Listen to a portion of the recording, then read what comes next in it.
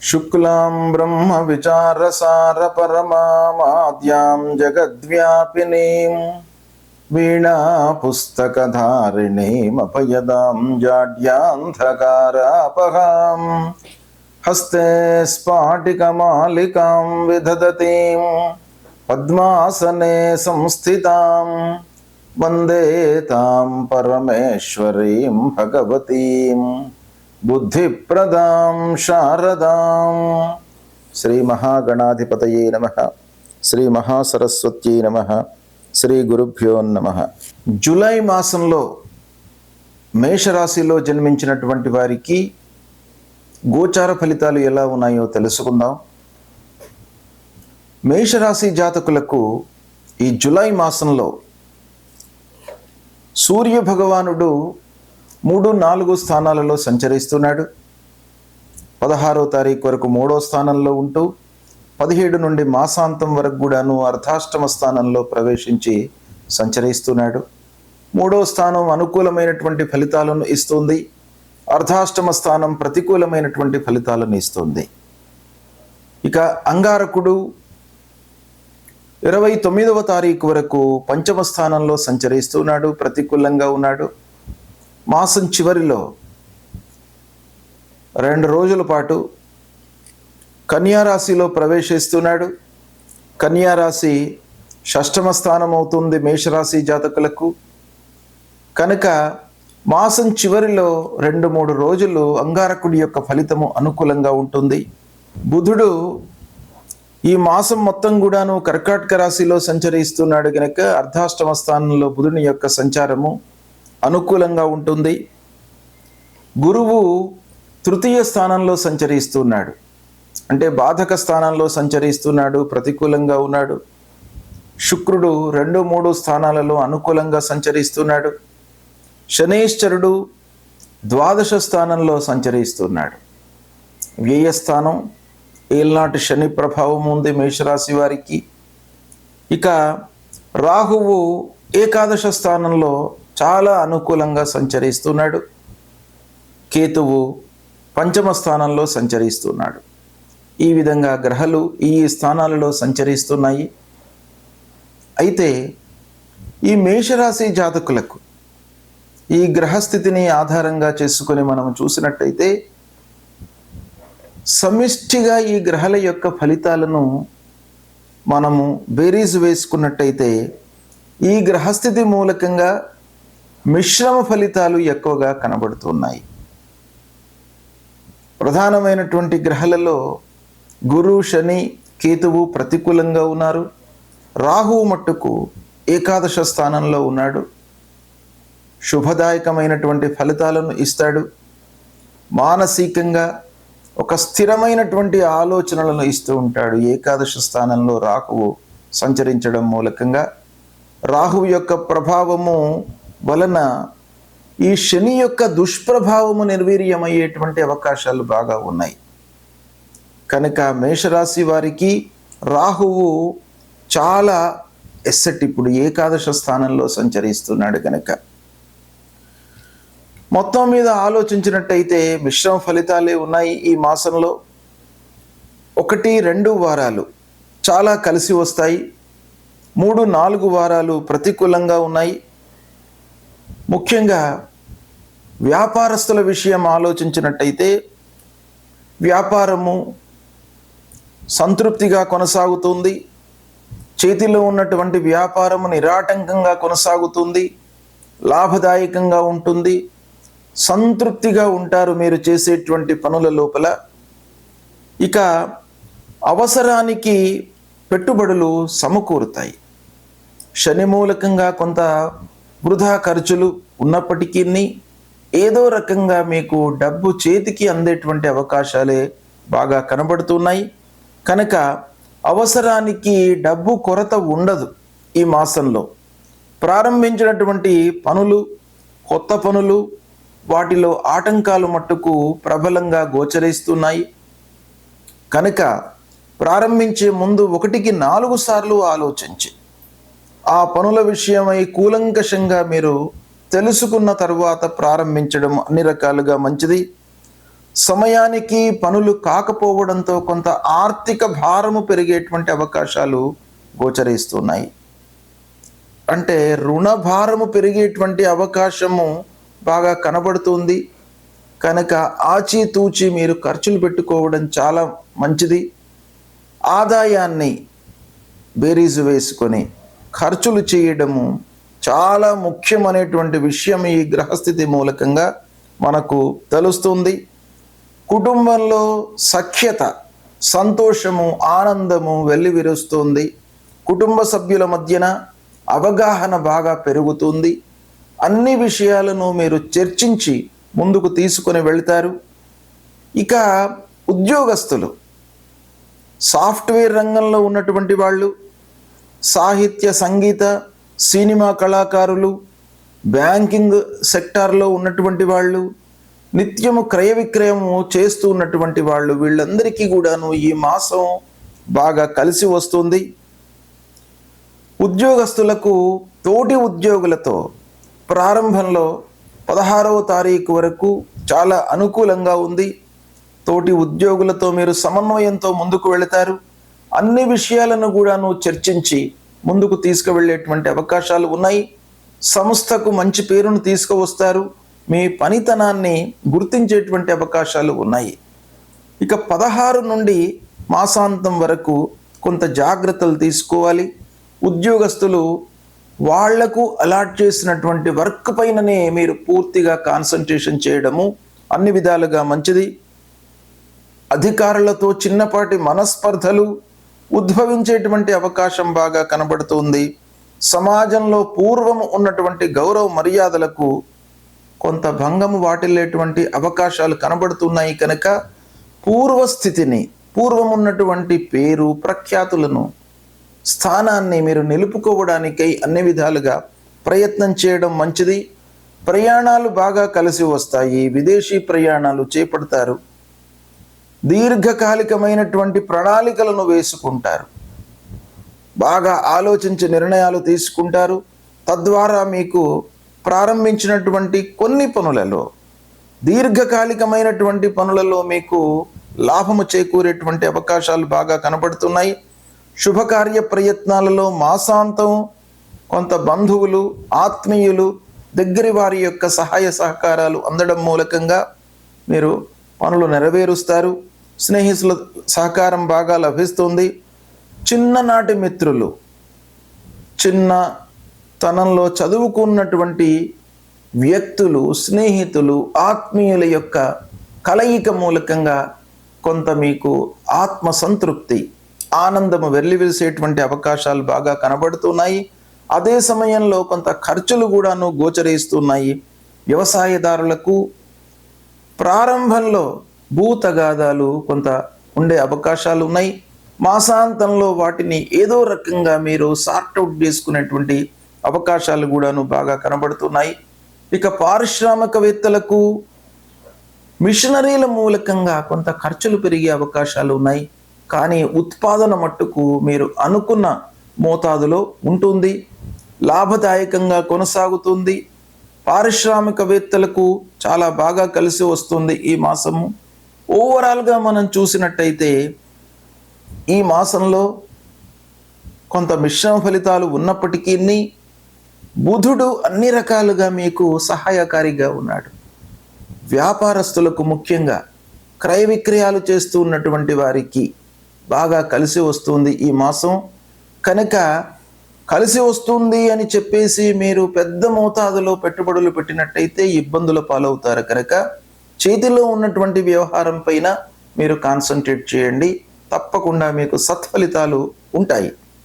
ఇక ఓవరాల్గా మీకు ఆలోచించినట్టయితే ఈ మాసం పూర్వము నెలతో పోల్చిన ఈ మాసం కొంత అనుకూలంగా కనబడుతుంది.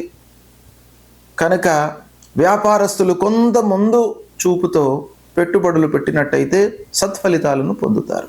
గోచార రీత్యా ముఖ్యమైనటువంటి గ్రహాలు ప్రతికూలంగా సంచరిస్తున్నప్పుడు మనము కొన్ని పరిహారాలు చేసుకోవాలి.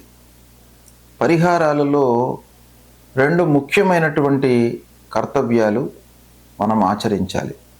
ఒకటి, ఏ గ్రహనైతే మనకు ప్రతికూలంగా సంచరిస్తున్నాయో వాటిని రెక్టిఫై చేసుకోవడానికి వాటి కారకత్వాలను దృష్టిలో పెట్టుకొని మనము ఫిజికల్గా చేయడము. శని బాగాలేడు, ఆర్థికమైనటువంటి ఇబ్బందులు వచ్చే అవకాశాలు ఉంటాయి కాబట్టి దానికి ఆర్థికపరమైనటువంటి ఖర్చులను మనం తగ్గించుకోవడము, నియంత్రించుకోవడము, ఆదాయ మార్గాలను పెంచుకోవడము, వ్యాపారంలో కొంత జాగ్రత్తలు తీసుకోవడం, ఇవన్నీ కూడాను మనం చేయవలసినటువంటి విషయాలు. ఇక భగవంతుడి అనుగ్రహం కొరకై మనము పరిహారం చేసుకోవాలి. సూర్యుడు ప్రతికూలంగా ఉన్నప్పుడు సూర్య నమస్కారాలు చేయాలి.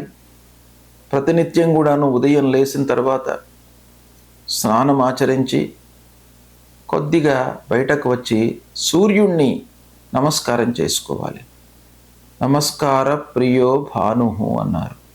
కాబట్టి కేవలము సూర్యుడికి నమస్కారం చేయడం మూలకంగానే మీకు సూర్యుడు అనుగ్రహిస్తాడు, ఆరోగ్యాన్ని ఇస్తాడు, మీ లోపల శక్తిని ఇస్తాడు. కాబట్టి ప్రతినిత్యం కూడాను సూర్య నమస్కారాలు చేస్తే మీకు అన్ని రకాలుగా ఆరోగ్య సమస్యలు లేకుండా మిమ్మల్ని ఆ సూర్యనారాయణుడు కాపాడుతాడు. అంతేకాకుండా సూర్యుడికి సంబంధించినటువంటి మూలమంత్రాన్ని చదువుకోండి. జపా కుసుమ సంకాశం కాశ్యపేయం మహద్యుతిం తమోరిం సర్వపాపఘ్నం ప్రణతోస్మి దివాకరం. ఈ మూలమంత్రాన్ని ప్రతినిత్యం చదువుకోండి. ఆదిత్య హృదయం వినండి.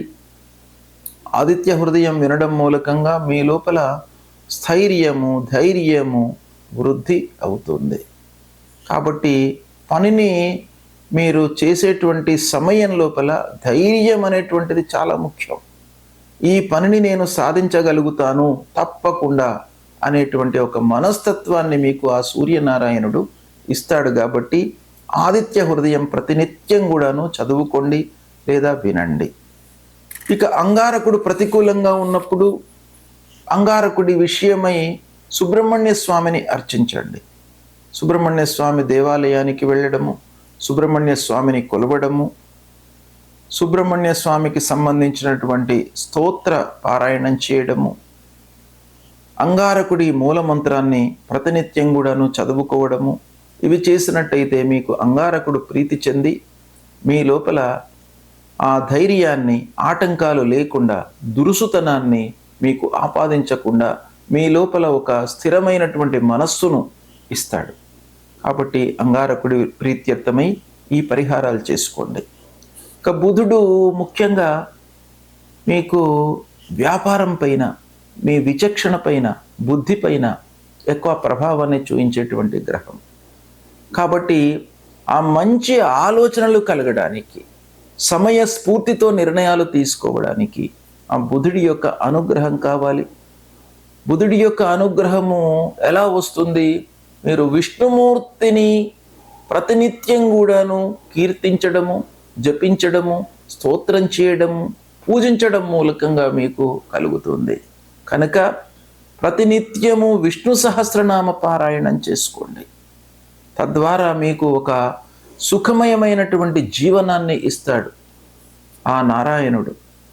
కాబట్టి ఆ బుధుడి ప్రీతి కొరకై విష్ణు సహస్రనామ పారాయణం చేయండి. ప్రతినిత్యము చేయండి. వీలు కానట్టయితే వారానికి ఒకసారైనా కూడాను చేయండి లేదా వినండి. విష్ణు సహస్రనామాలు విన్నట్టయితే మీ స్థితి లోపల, మీ ఉనికి లోపల ఇబ్బంది లేకుండా మిమ్మల్ని కాపాడుతాడు. అంటే హెచ్చు తగ్గులు లేకుండా మీ స్థితి ఎలానైతే ఉందో దానికి ఇంకా ఉన్నతమైనటువంటి స్థితినే మీకు ఇస్తాడు. ఇక గురువు ప్రతికూలంగా ఉన్నప్పుడు గురువు యొక్క మూలమంత్రాన్ని పఠించండి. దేవానాంచ ఋషీణాంచ గురుం కాంచన సన్నిభం వందనీయం త్రిలోకానాం తం నమామి బృహస్పతిం అనేటువంటి మూలమంత్రాన్ని ప్రతినిత్యం కూడాను పఠించండి. ముఖ్యంగా గురువు ప్రతికూలంగా ఉన్నప్పుడు ప్రథమ గురువులు అయినటువంటి తల్లిదండ్రులను సేవించండి. తల్లిదండ్రుల యొక్క సేవా మూలకంగా మీకు వాళ్ళ యొక్క అనుగ్రహం లభిస్తుంది, వాళ్ళ యొక్క దీవెనలను పొందుతారు.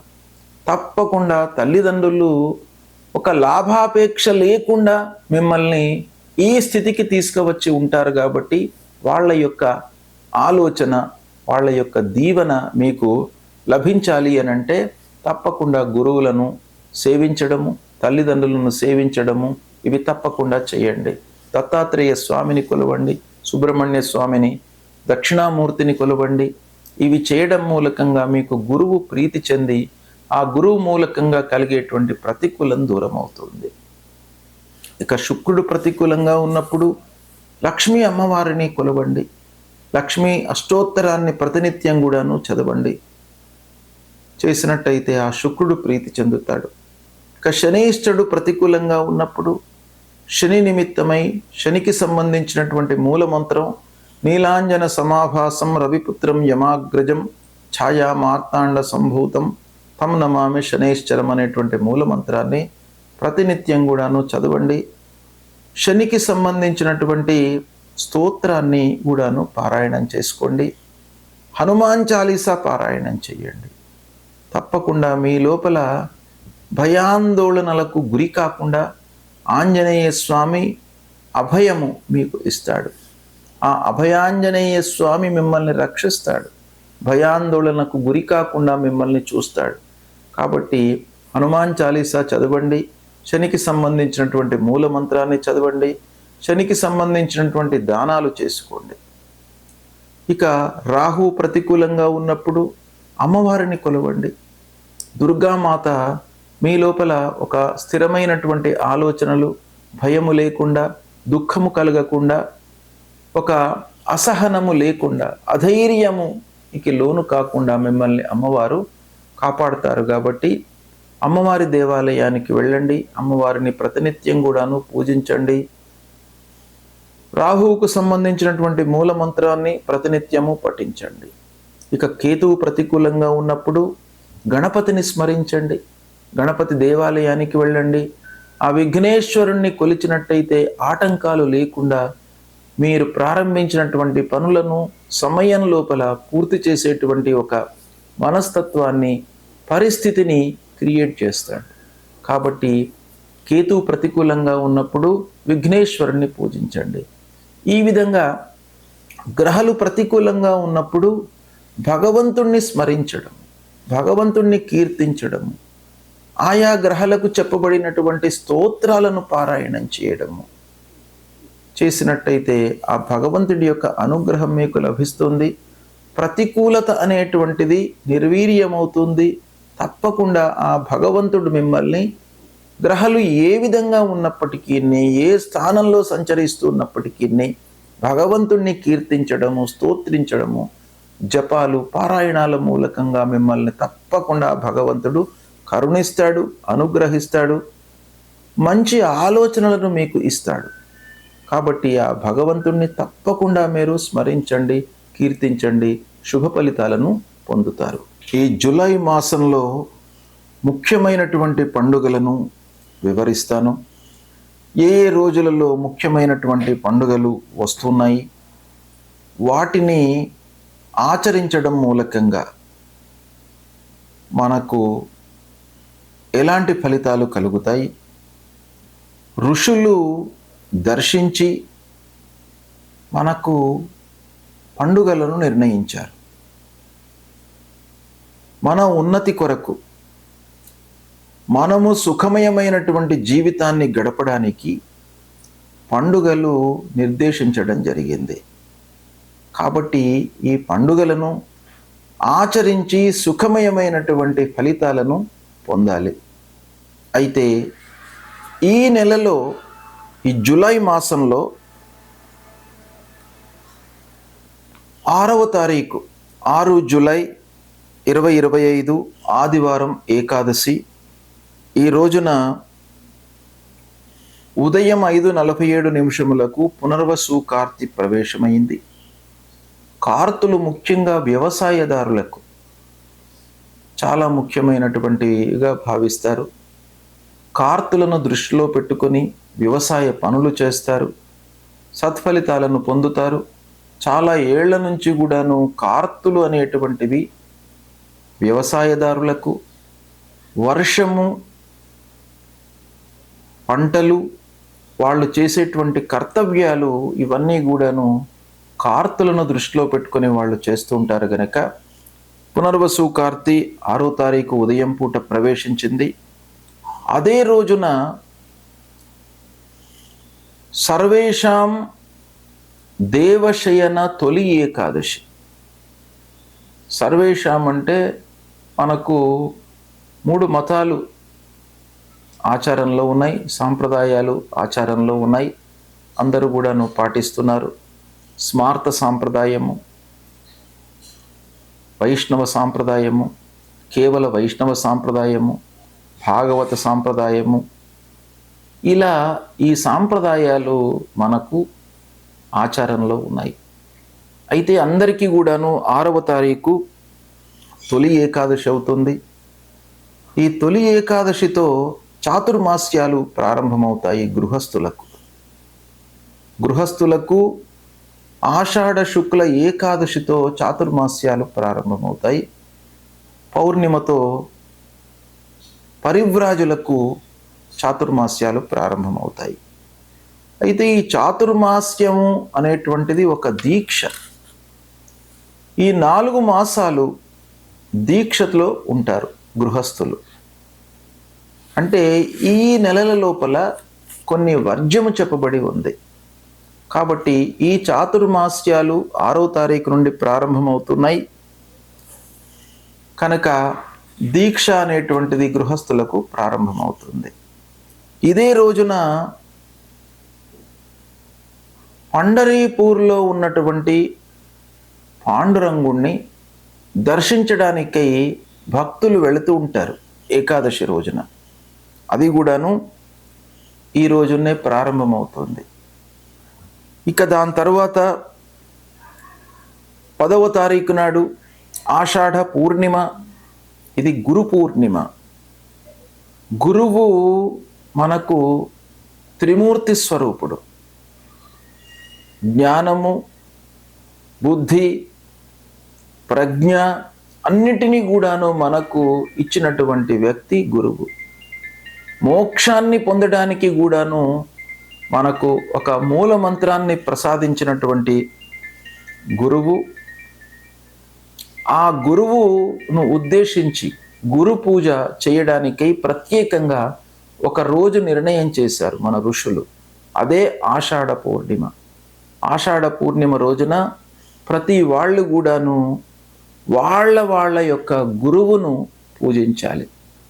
విద్యా గురువు కానివ్వండి, జ్ఞానాన్ని ప్రసాదించడానికి ఎవరైతే మనకు మూల మంత్రాన్ని ఉపదేశించారో అలాంటి గురువును, తర్వాత దత్తాత్రేయ స్వామిని, దక్షిణామూర్తిని, ఇలా గురువును పూజించడానికై మనకు ప్రత్యేకంగా ఆషాఢ పూర్ణిమ గురు పూజోత్సవం జరుపుకోవాలి అనేటువంటి ఉద్దేశంతో ఆషాఢ పూర్ణిమ రోజున మనకు ఋషులు నిర్దేశించారు గనక ఆ రోజున మనము అందరం కూడాను గురువులను పూజించాలి. అది 10వ తారీఖు నాడు వస్తుంది.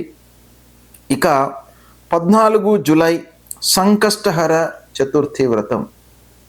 ఈ సంకష్టహర చతుర్థి వ్రతాన్ని ఆచరించడం మూలకంగా మనము ఇబ్బందులను ఎదుర్కొంటున్నటువంటి అన్ని ఇబ్బందులు కూడాను ఈ వ్రతము ఆచరించడం మూలకంగా దూరం అవుతాయి. అంటే ఈ వ్రతములోనే మనకు ఈ పేరులోనే ఉంది సంకష్టహర చతుర్థి వ్రతం. సంకటహర చతుర్థి వ్రతం అన్ని సంకటాలను, ఇబ్బందులను దూరం చేసేటువంటి వ్రతం సంకష్టహర చతుర్థి వ్రతం. ఇది 14వ తారీఖు నాడు వస్తుంది. ఈ వ్రతం యొక్క విధానం ఏంటంటే ఉదయం నుండి కూడాను మనము ఉపవాసంతో ఉండి గణపతిని ప్రార్థించి గణపతికి షోడశోపచార పూజ, అభిషేకము, పారాయణాలు చేసి చంద్రోదయం తర్వాత అంటే చంద్రుణ్ణి చూసిన తర్వాత, ఈరోజు చంద్రోదయము రాత్రి 9:42 ఉంది. ఆ 9:42 తర్వాత మనము మళ్ళీ భోజనం చేయాలి. ఇది ఈ వ్రతం యొక్క విధానం. అంటే ఉదయం నుంచి కూడాను ఉపవాసంతో ఉండి చంద్రుణ్ణి దర్శించిన తర్వాత ఉపవాస దీక్ష వదిలి అప్పుడు మనం భుజించడము, తర్వాత ఈ గణపతిని స్మరించడము, అభిషేకం చేయడము ఈ వ్రతానికి సంబంధించినటువంటి విధానము. దీన్ని మనము పాటించడం మూలకంగా కష్టాల నుండి బయటపడతాము, ఇబ్బందుల నుండి విముక్తులమవుతాము. మనకు ఆ గణపతి అభయాన్ని ఇస్తాడు. అంటే ఒక వరద గణపతి, అంటే మనము కోరినటువంటి కోరికలను తీరుస్తాడు, అభీష్ట కార్యసిద్ధి కలుగుతుంది. ఇక 16వ తారీఖు నాడు కర్కాటక సంక్రమణ. కర్కాటక సంక్రమణ సాయంత్రం 5:32 ప్రవేశిస్తుంది. దీని తర్వాత దక్షిణాయనం ప్రారంభమవుతుంది. కర్కాటక సంక్రమణతో దక్షిణాయనం ప్రారంభమవుతుంది. మకర సంక్రమణతో ఉత్తరాయణం ప్రారంభమవుతుంది. కనుక ఈ దక్షిణాయనం ప్రారంభమైన తర్వాత కొన్ని ముఖ్యమైనటువంటి పనులు నిషిద్ధమని శాస్త్రం చెప్పింది. దక్షిణాయనంలో ఉపనయనాది కార్యక్రమాలు పనికిరావు, చాతుర్మాస్యం లోపల కూడాను వివాహాది శుభకార్యాలు పనికిరావు అని కొంత చెప్పబడినప్పటికీ కొంతమంది ఋషులు కొన్ని ప్రత్యేకమైనటువంటి మాసాలు పనికి వస్తాయి అనేటువంటి విషయం కూడాను ఉంది. గనక చాతుర్మాస్యాల లోపల శ్రావణ మాసం ఆచారంలోకి వచ్చేసింది. శ్రావణ మాసంలో వివాహాది శుభకార్యాలు చేస్తున్నారు. అయితే ఈ కర్కాటక సంక్రమణతో దక్షిణాయనం ప్రారంభమవుతుంది. సంక్రమణ ప్రారంభమైన తర్వాత ఉదయం నుండి ఈ ప్రవేశం వరకు సంక్రమణ పుణ్యకాలం ఉంటుంది. ఈ పుణ్యకాలం లోపల పితృదేవతలను ఉద్దేశించి తర్పణాదులు సమర్పించినట్టయితే పితృదేవతలు ప్రీతి చెంది మనను అనుగ్రహిస్తారు. కనుక ఈ సంక్రమణ రోజున నదీ స్నానం కానీ, దగ్గర ఉన్నటువంటి ఏదైనా కూడా తటాకానికి కానీ వెళ్ళి స్నానం ఆచరించి పితృదేవతల ప్రీత్యర్థమై తర్పణాలు మనం వదిలినట్టయితే ఆ పితృరూపంలో, భగవంతుని రూపంలో ఉన్నటువంటి ఆ పితృదేవతలు మనను అనుగ్రహిస్తారు. ఇక తర్వాత 23 జూలై మాస శివరాత్రి. ప్రతి మాసం లోపల కూడాను అమావాస్య ముందు వచ్చేటువంటి చతుర్దశి, ప్రదోష నిషేధ కాలంలో ఉన్నటువంటి ఆ చతుర్దశి మనము మాస శివరాత్రి అంటాము. మాస శివరాత్రి చాలా శివునికి అత్యంత ప్రీతికరమైనటువంటి రోజు. కాబట్టి ఆ మాస శివరాత్రి రోజున శివుణ్ణి అర్చించి అభిషేకం చేసి సాయంకాలం వరకు ఉపవాసము ఉండి, సాయంకాలము మళ్ళీ ప్రదోషకాలం లోపల ఆ శివుణ్ణి అర్చించి భోజనం చేసినట్టయితే ఆ శివుని యొక్క అనుగ్రహం కలుగుతుంది, అపమృత్యు దోషము దూరమవుతుంది, ఆయురారోగ్య ఐశ్వర్యాలు వృద్ధి అవుతాయి అని మనకు శాస్త్రం చెబుతుంది. తర్వాత 24వ తారీఖు నాడు అమావాస్య, దర్శ అమావాస్య, ఆషాఢ అమావాస్య. ఈ అమావాస్యను చుక్కల అమావాస్య అని కూడా అంటారు.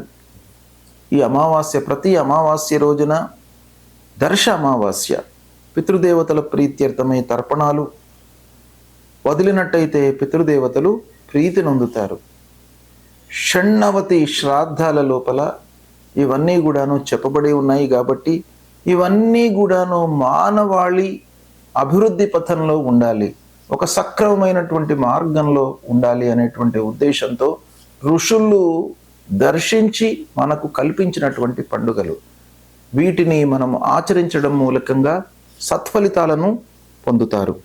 ఇక 25 జూలై నుండి శ్రావణ మాసం ప్రారంభమవుతుంది. శ్రావణ మాసంలో శివనక్త వ్రతారంభము, శివుడి ప్రీత్యర్థమై నక్త వ్రతారంభము అంటే ఒక పూట భోంచేయడము, పగలంతా కూడాను ఉపవాసంతో ఉండి శివుణ్ణి అర్చించి సాయంకాలం భోంచేయడము. శివనక్త వ్రతారంభము శ్రావణ మాసం ప్రతిపదతో ప్రారంభమవుతుంది. అది 25 జూలై నుంచి ప్రారంభమవుతుంది.